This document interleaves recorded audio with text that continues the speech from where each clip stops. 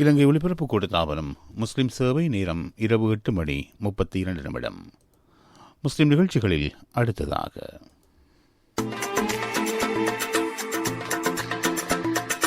கல்வி சாகரம், கற்போருக்கும் கற்பிப்போருக்குமான சஞ்சிகை நிகழ்ச்சி. தொகுத்தளிப்பவர் ஷாக்கிர் முகமது. பிஸ்மில்லாஹிர் ரஹ்மானிர் ரஹீம். அஸ்ஸலாமு அலைக்கும் நேயர்களே, மற்றொரு கல்வி சாகரம் சஞ்சிகை நிகழ்ச்சியின் ஊடாக உங்கள் அனைவரையும் சந்திப்பதில் நாம் மிக்க மகிழ்ச்சி அடைகின்றோம். புகழ் அனைத்தும் வல்லநாயன் அல்லாஹ்விற்கே, அல்ஹம்துலில்லாஹ். கற்பவர்களுக்கும் கற்றுக் கொடுப்பவர்களுக்குமான களமாய், கல்விக்கான தளமாய், அறிவின் இடமாய் ஒலிபரப்பாகும் சஞ்சிகை நிகழ்ச்சியே கல்வி சாகரம். மாணவர்களின் பல்துறை சார் திறன்களை விருத்தி செய்வதற்கான களம் இது.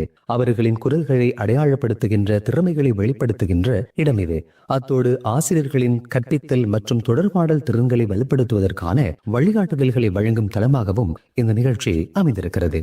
அந்த வகையில் கல்வி சாகரம் சஞ்சிகை நிகழ்ச்சி கற்பதற்கும் கற்பிப்பதற்குமான முயற்சி என்ற செய்தியோடு நிகழ்ச்சியின் முதல் அம்சத்திற்குள் செல்கின்றோம்.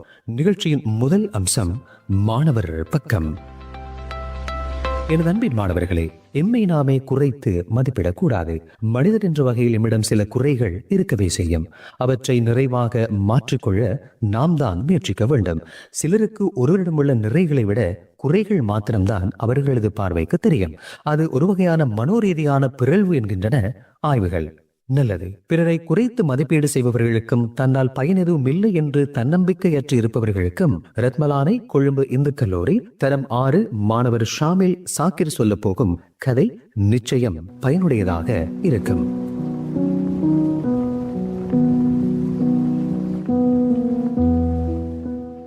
ஒரு கிராமத்தில் ஏழை விவசாயி ஒருவன் வாழ்ந்து வந்தான். தன் வீட்டு தேவைக்காக தினமும் ஆற்றிலிருந்து தண்ணீர் எடுத்து வருவதை அவன் வழக்கமாக கொண்டிருந்தான். தண்ணீர் எடுத்து வர அவனிடம் 2 பானைகள் இருந்தன. அந்த பானைகளை ஒரு நீளமான களியின் 2 முனைகளிலும் தொங்கவிட்டு களியை தோளில் சுமந்தபடி செல்வான் அந்த விவசாயி. அந்த 2 பானைகளில் ஒரு பானையிலே சிறிய ஓட்டை இருந்தது. அதனால் ஒவ்வொரு நாளும் விவசாயி வீட்டிற்கு வரும் பொழுது அந்த பானையில் பாதி அளவு தண்ணீரே இருக்கும். அதனால் களியில் உள்ள மற்றைய பானை தன்னை பற்றி பெருமைப்பட்டது. தான் மட்டும் குறையில்லாதவன் என்று கர்வம் கொண்டது. அதனால் குறையுள்ள பானையை பார்த்து அதன் குறையை சுட்டிக்காட்டி கிண்டலும் கேலியும் செய்வதை வழக்கமாக கொண்டிருந்தது அந்த பானை. இப்படியே 2 வருடங்கள் கழிந்து விட்டன. கேலியும் கிண்டலும் பொறுக்க முடியாத ஓட்டை பானை அந்த விவசாயியை பார்த்து, என் குறையை நினைத்து நான் மிகவும் அவமானமாக உணர்கிறேன். நீங்கள் என்னில் நீர் நிரப்புகிறீர்கள், ஆனால் வரும் வழியெங்கும் நீர் சிந்தி வீட்டினை அடையும் போது சிறிதளவு நீரே என்னில் மிச்சமாக இருக்கும். உங்களுக்கும் என்னால் எந்த பயனும் இல்லை. நீங்கள் சுமக்கும் மற்றைய பானையும் என்னில் உள்ள குறையை சொல்லி சொல்லியே என்னை அவமானப்படுத்துகிறது. எனவே தயவு செய்து என் குறையை உடனே சரி செய்யுங்கள் என்றது. அதற்கு அந்த விவசாயி, பானையே, உன்னிலிருந்து தண்ணீர் சிந்துவது எனக்கு ஏற்கனவே தெரியும். அதனால்தான் உன் பக்கமாய் பூச்செடி விதைகளை விதைத்து வைத்தேன். தினமும் நீ சிந்திய தண்ணீரில் அவை நனைந்தன, வளர்ந்தன. இன்று அழகான பூக்களாக பூத்து காட்சி அளிக்கின்றன. அவற்றை வைத்து நான் வீட்டை அலங்கரிக்கின்றேன். மீதமுள்ள பூக்களை விற்று பணம் சம்பாதிக்கின்றேன்.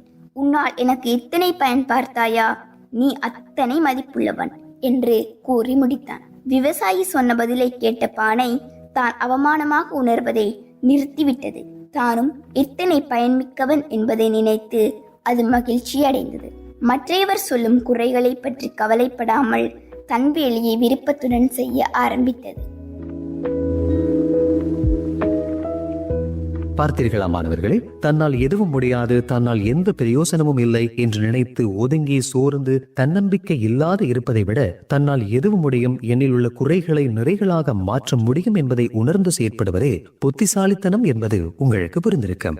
மற்றவர்களின் நிறைகளை அறியாது, பாராட்டாது, குறைகளை மாத்திரம் சொல்லி அவர்களை அவமானப்படுத்தும் அற்ப குணம் கொண்டவர்கள் சமூக முன்னேற்றத்தின் தடைகளாகவே என்றும் இருப்பார்கள் என்ற செய்தியோடு இன்றைய நிகழ்ச்சியின் அடுத்த அம்சத்திற்குள் நாம் செல்கின்றோம்.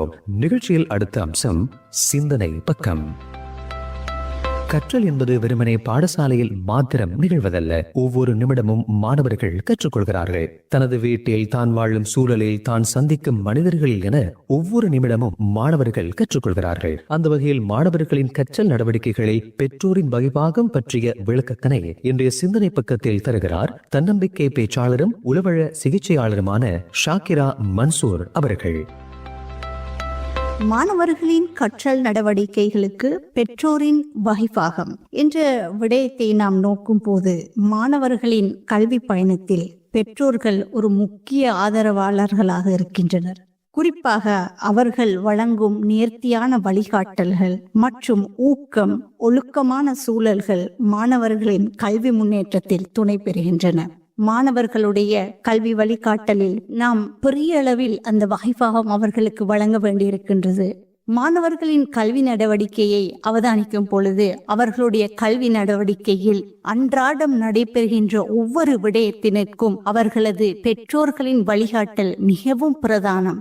நாம் ஒரு பட்டத்தை வானிலே பறக்க விட்டால் நாம் நூலை கொடுத்து அந்த பட்டத்தை பறக்க விடுகின்றோம். எவ்வளவு பிரதானம் அந்த பட்டத்திற்கு நூல்! அந்த பட்டம் பறக்கும் போது நூலை அறுத்து விட்டால் அந்த பட்டம் எந்த திசையும் தெரியாமல் அது நகர்ந்துவிடும். அதுபோலதான் வாழ்க்கையில் பெற்றோர்கள் என்பவர்கள் மாணவர்களுக்கு வழிகாட்டியாக, ஊக்கமளிக்க கூடியவர்களாக, அவர்களது கஷ்டங்களில், அவர்களது துக்கங்களில் பங்கு கொடுக்கக்கூடியவர்களாகத்தான் பெற்றோர்கள் இருக்கின்றனர். ஒரு பட்டத்திற்கு நூல் எவ்வாறு முக்கியமோ அதுபோன்று மாணவர்களை வழிகாட்டுவதற்கு இந்த பெற்றோர்களின் ஒத்துழைப்பு மிகவும் அவசியமாகும். மாணவர்கள் அன்றாடம் இந்த கற்றல் நடவடிக்கையில் ஈடுபடும் போது அவர்களுடைய அந்த வயது எல்லை காலங்களில் பல வகையான கஷ்டங்களையும் பிரச்சனைகளையும் எதிர்கொள்கின்றனர். அந்த சமயத்தில் அவர்களை அணுகி தான் எதிர்நோக்குகின்ற பிரச்சனைகள், கவலைகள், துக்கங்களை ஒரு நண்பனை போன்று கலந்துரையாடும் பழக்கத்தை மேற்கொள்வதன் மூலம் நாம் மாணவர்களின் கற்றல் நடவடிக்கையில் ஒரு அங்கம் செலுத்தக்கூடிய ஒரு வகைப்பாகத்தை பெற முடிகின்றது.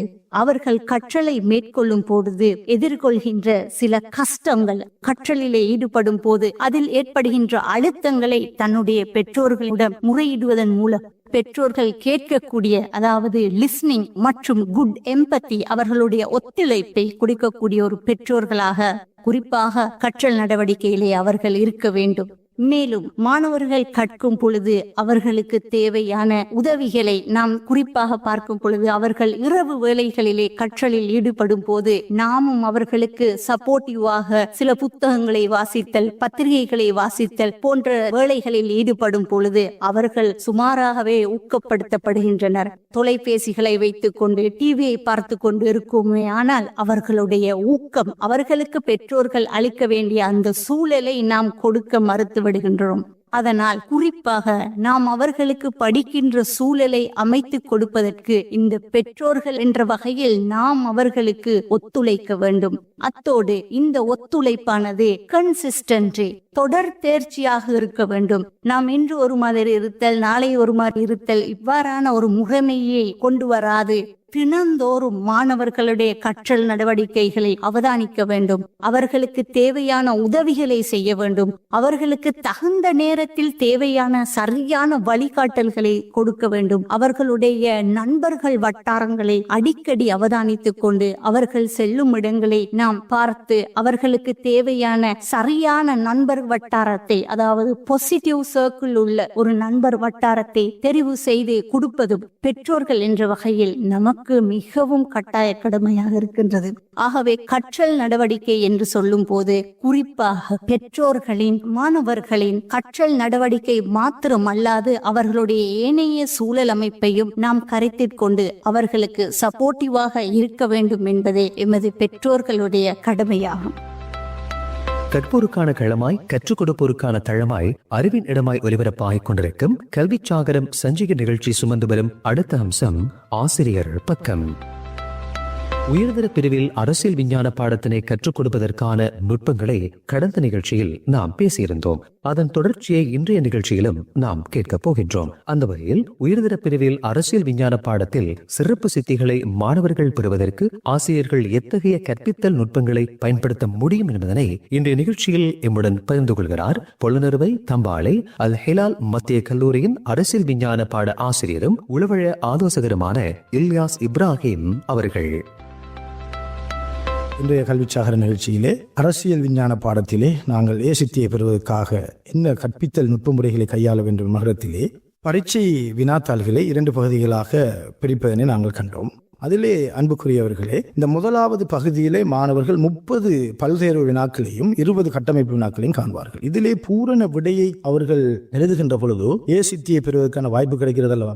எவ்வாறு அவர்கள் பூரணமான விடையை அவர்கள் எழுத முடியும் என்று பார்த்தால், நாங்கள் ஒவ்வொரு அலகுகளாக கற்பிக்கின்ற பொழுது அந்த அலகுகளிலே பல்வேறு வினாக்களில் என்ன விடயங்களை எதிர்பார்க்கின்றார்கள் என்பதை மாணவர்களுக்கு காண்பித்து கற்பிக்க வேண்டும். அதிலே வருகின்ற விடயங்களை, அதே போன்று கட்டமைப்பு வினாக்களிலே எவ்வாறான விடயங்களை எதிர்பார்க்கின்றார்கள் என்பதை இனங்காண செய்து கற்பிக்க வேண்டும். ஆசிரியர்களின் பெயர்கள், நூலாசிரியரின் பெயர்கள், ஆண்டுகள், வகைகள், பண்புகள், இவ்வாறான விடயங்கள் அங்கே எதிர்பார்க்கப்படுவது உண்டு. எனவே இவற்றை ஒவ்வொரு அலகுகளாக நாங்கள் ஒரு வினாப்பத்திரத்தை ஏனும் தயாரித்து எவ்வளவு எங்களால் முடியுமோ அவ்வளவு மாணவர்களை விடை கட்டமைப்புக்கு பயிற்றுவிக்கின்ற பொழுது அவர்கள் அந்த பகுதியை இலகுவாக முகம் கொடுக்க முடியும். அநேகமான மாணவர்கள் தங்களுடைய ஏசித்தியை தவறு விடுவது இந்த பகுதியிலாக இருந்து கொண்டிருக்கிறது. காரணம், அந்த பயிற்சி இல்லாதன் காரணமாக. இதற்கு நாங்கள் எங்களுடைய கடந்த கால வினாப்பத்திரங்களின் உதவிகளையும் பெற்றுக்கொள்ளலாம். அடுத்த பகுதி தான் மிக முக்கியமான ஒரு பகுதி. பகுதி 2 வினாப்பத்திரத்திலே வருகின்ற பகுதி 2. இந்த வினாப்பத்திரத்தை எங்களுக்கு தெரியும் 3ஆக பிரிப்பார்கள். பகுதி 1, பகுதி 2, பகுதி 3 என்று பிரிப்பார்கள். அதிலே ஆரம்பத்திலே 3 வினாக்களுக்கு ஒரு வினாவையும் கட்டாயமாக, 2வது பகுதியில் இருக்கின்ற வினாவிலே 2 வினாவையும் கட்டாயமாக, 3வது பகுதியில் இருக்கின்ற வினாவிலே ஒரு வினாவையும் அவர்கள் கட்டாயமாக தெரிவு செய்ய வேண்டும். ஏலதிகமாக ஏதாவது ஒரு வினாவை அவர்கள் தெரிவு செய்ய முடியும். இந்த சந்தர்ப்பத்திலே நாங்கள் மாணவர்களுக்கு மிக லேசாக எங்களுடைய வினாப்பத்திரமே எங்களை பார்த்து பேசுகிறது. இந்த பகுதியை நீங்கள் பூரணமாக தெளிவாக கற்றுக்கொண்டு வந்தால், நீங்கள் மாணவர்களுக்கு கற்றுக் கொடுத்தால் நான் உங்களை இலகுவாக சந்திக்க காத்திருக்கின்ற அடிப்படையில் பேசுகிறது. எது என்று சொன்னால் எங்களுக்கு தெரியும், வினாப்பத்திரத்திலே பகுதி 2லே 2வது பகுதி 4 வினாக்களுக்கு 2 வினாக்களுக்கு விடையளிக்கின்ற பகுதியிலே நீங்கள் பாருங்கள், எங்களுடைய அலகிலே 1833 தொடக்கம் 1978ஆம் ஆண்டு யாப்பு காலம் வரையும் உள்ள யாப்பு சீர்திருத்த பகுதி கட்டாயமாக வினாவுக்கு வருவது. சில நேரம் காலனித்துவ மாற்றத்தின் விளைவுகளின் அடிப்படையில் பிரத்யேகமான ஒரு கேள்வி வந்தாலும் ஏனைய டொனமூர், சோல்பெரி, முதலாம் குடியரசு, 2ஆம் குடியரசு போன்ற யாப்புகளிலே நிச்சயமாக 4 வினாக்கள் பெரும்பாலும் அந்த பகுதியில் இடம் பிடிப்பதை நாங்கள் காணுகின்றோம். அதிலே குறிப்பாக சில யாப்பு பகுதிகளிலே 2 வினாக்கள் அல்லது 3 வினாக்களும் வந்துவிடக்கூடும். ஆகவே கிட்டத்தட்ட அன்னளவாக ஒரு 60 அல்லது 70 புள்ளிகளுக்கு மேல் மாணவன் அந்த குறிப்பிட்ட ஒரு பகுதியிலே புள்ளிகளை பெற்றுக்கொள்ளுகின்ற வாய்ப்பை இந்த பகுதி 2 வினாப்பத்திரம் இந்த யாப்புக்கள் சீர்திருத்த பகுதியிலே வழங்கிவிடுகின்றது. இதனை மாணவர்களை புரிய வைத்து நாங்கள் கற்பிக்கின்ற பொழுது மாணவர்களுக்கு அங்கே அந்த ஏசித்தியை அடைந்து கொள்வதை இலகுவாக நாங்கள் வழிகாட்டுகின்றோம் என்பதுதான் உண்மை. அதே போன்று முதலாவது பகுதியில் வருகின்ற வினாவிற்கு அலகு 1 தொடக்கம் 5 வரை நிச்சயமாக பெரும்பாலும் ஒரு வினா அங்கே இடம் பிடிக்க காத்திருக்கிறது. அதே போன்று கடைசி பகுதியில் இருக்கின்ற 3 வினாக்களில் ஒரு பகுதியிலேயும் அங்கே அநேகமாக வரக்கூடிய வினாக்கள் ஏனைய பகுதியிலிருந்து நாங்கள் அடையாளப்படுத்தலாம். அதிலும் குறிப்பாக தெரிவு செய்யப்பட்ட நாடுகள் 10வது அலகில் இருக்கின்ற ஒப்பீட்டு அரசியல் என்கின்ற பகுதியில் வருகின்ற நாடுகள் பகுதியிலே நிச்சயமாக ஒரு வினா வரும், அல்லது ஏனைய மீதமாக இருக்கின்ற அலகுகளிலும் ஒரு வினா வரக்கூடும். அந்த அடிப்படையிலே மாணவர்களை நாங்கள் வழிபடுத்துகின்ற பொழுது இதே சந்தர்ப்பத்திலே அந்த உள்ளடக்கத்துக்கு ஏற்ப அலகுகளோடு கடந்த கால வினாக்களில் வருகின்ற விடயங்களையும் வைத்து மாணவர்களை இவ்வாறு நாங்கள் பாடப்பரப்பை பரீட்சைக்கு வரக்கூடிய வினாக்களை பகுதி அளவாக நாங்கள் இனங்கண்டு பிரித்து அதற்கேற்ப விடையை எழுத பழக்குகின்ற பொழுது, புரிந்துணர்வை ஏற்படுத்துகின்ற பொழுது நிச்சயமாக இந்த ஏசித்தி என்பதனை பெறுவதில் எந்த சந்தேகமில்லை. அநேகமான மாணவர்கள் இதிலே சித்தியை பெறுவதோடு பி சித்தியோடு சிறப்பான சித்திகளை பெறக்கூடிய வாய்ப்பு இந்த பாடத்திலே இருக்கின்றது என்பதை கோரிக்கை விரும்புகின்றோம். கல்விக்கான தளமாய் அறிவின் இடமாய் ஒலிபரப்பாகும் கல்வி சாகரம் சஞ்சிகை நிகழ்ச்சி தரும் அடுத்த அம்சம் தேடலின் பக்கம். ஒவ்வொரு மாணவருக்குள்ளும் நிச்சயம் திறமைகள் இருக்கும். அதை சரியான முறையில் இனங்கண்டு வழிப்படுத்தி முறைப்படுத்தும் போது அத்திறமைகளை உலகம் கண்டுகொள்ளும் பயன்பெறும். அந்த வகையில் இன்றைய தேடலின் பக்கம் தர்கா நகர் அலுத்கம வீதிய முஸ்லிம் பெண்கள் தேசிய பாடசாலையில் தரம் 11 கல்வி கற்கும் மாணவி அம்ரா அசாக்கீரை அறிமுகம் செய்கிறது. வலைய மாகாண தேசிய மட்ட கசீதா மற்றும் இஸ்லாமிய கீத போட்டிகளில் கலந்து கொண்டு வெற்றி கொண்டு தனது திறமையினை வெளிக்காட்டி வரும் மாணவி அம்ரா அசாக்கீர் தரும் இனியதொரு இஸ்லாமிய கீதத்தை இன்றைய தேடலின் பக்கத்தில் நாம் தருகின்றோம்.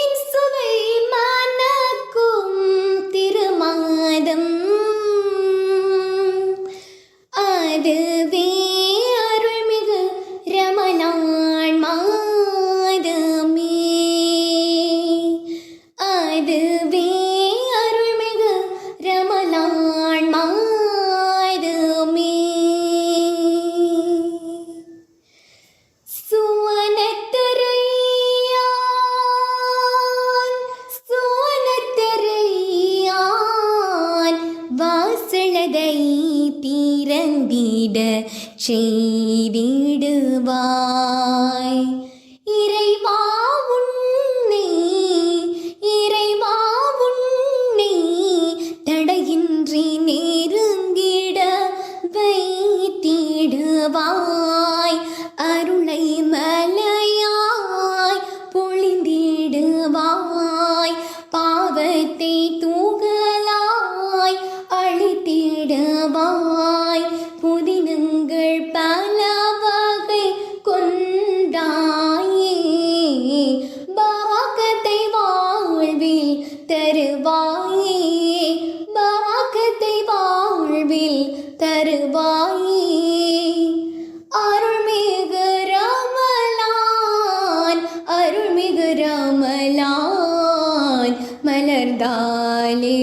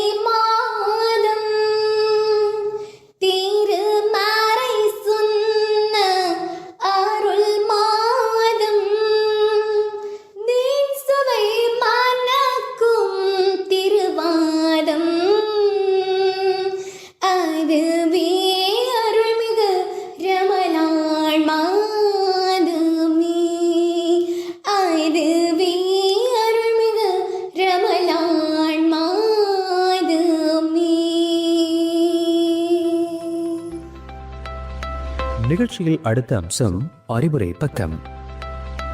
மாணவர்களே, பாடசாலை எமது எதிர்காலத்தை வடிவமைக்கும் ஓர் இடம். பாடசாலையில் உள்ள பௌதீக மற்றும் மனித வளங்கள் எமது எதிர்காலத்தை நாம் வடிவமைத்துக் கொள்ள உதவுகின்றன. பாடசாலையில் உள்ள வளங்களை நாம் பாதுகாப்பதும் அதனை பயனுள்ள முறையில் பயன்படுத்துவதும் எம்மை சிறந்த பிரஜையாக மாற்றும் அல்லது அடையாளப்படுத்தும். சிந்தியுங்கள். பாடசாலை நூலகத்தில் உள்ள புத்தகங்கள் கிழிந்திருந்தாலோ, ஆய்வுக்கூடங்களில் உள்ள உபகரணங்கள் உடைந்திருந்தாலோ, வகுப்பறையில் காணப்படும் மேசைகள், கதிரைகள் மற்றும் ஏனைய தளபாடங்கள் கிறுக்கப்பட்டோ அல்லது அவைகள் சேதமாக்கப்பட்டிருந்தாலோ நாம் எப்படி எமது கற்றலை சிறப்பாக்க முடியும்? கற்றலை பயனுள்ளதாகவும் வினைத்திறனுள்ளதாகவும் எப்படி மாற்றிக்கொள்ள முடியும்? எதிர்காலத்தில் சிறந்த அடைவுகளை கண்டு சிறந்த பிரஜையாக நாம் எம்மை எவ்வாறுதான் அடையாளப்படுத்த முடியும்? மறுபடியும் ஒருமுறை ஆழமாக சிந்தியுங்கள். மாணவர்களே, பாடசாலையின் சொத்துக்களை, வளங்களை பயன்படுத்துங்கள். ஆனால் அவற்றை அழிக்க நினைக்காதீர்கள், சேதப்படுத்த முயற்சிக்காதீர்கள். பாடசாலையின் சுவர்கள், கழிப்பறை தளங்கள் போன்றவற்றை என்றும் தூய்மையாக வைத்திருங்கள். குப்பைகளை குப்பை தொட்டியில் மாத்திரம் போடுங்கள்.